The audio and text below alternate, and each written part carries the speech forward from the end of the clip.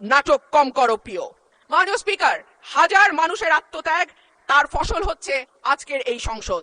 এই মানুষগুলো কারা যাদের আত্মত্যাগের বিনিময়ে আমরা আজকে কেউ মন্ত্রী, কেউ এমপি, কেউ সরকারি দল, কেউ বিরোধী দল হয়ে এসে সংসদে বসেছি? মাননীয় স্পিকার, তাদের স্বপ্ন কি ছিল? তারা জানতো তাদের এই আত্মত্যাগের বিনিময়ে তারা কিন্তু কেউ মন্ত্রী হবে না, এমপিও হবে না। তারা ছিল সাধারণ মানুষ, একেবারে খেটে খাওয়া সাধারণ জনগণ বাংলাদেশের। তারা একটা স্বপ্ন দেখেছিল, একটা নতুন বাংলাদেশ তৈরির স্বপ্ন, একটা নতুন রাজনীতি নির্মাণের স্বপ্ন, একটা নতুন চিন্তার জন্ম দেওয়ার স্বপ্ন, এবং সর্বোপরি সকলের জন্য যেই ভীষণ রকম বৈষম্য আমরা দেখেছি গত কয়েক বছর, সেখান থেকে মুক্ত হয়ে সকলকে নিয়ে, সকলকে একসাথে করে একটা বাংলাদেশের স্বপ্ন। সেই সকল মানুষের কাছে আমি এবং আমি বিশ্বাস করি আমার সহকর্মী এই সংসদ সদস্যরা সকলেই কৃতজ্ঞ। মাননীয় স্পিকার, শহীদদের যে প্রত্যাশা নিয়ে গণ অভ্যুত্থান, সেই প্রত্যাশা কিন্তু বায়বীয় বা অলীক কোনো বিষয় ছিল না।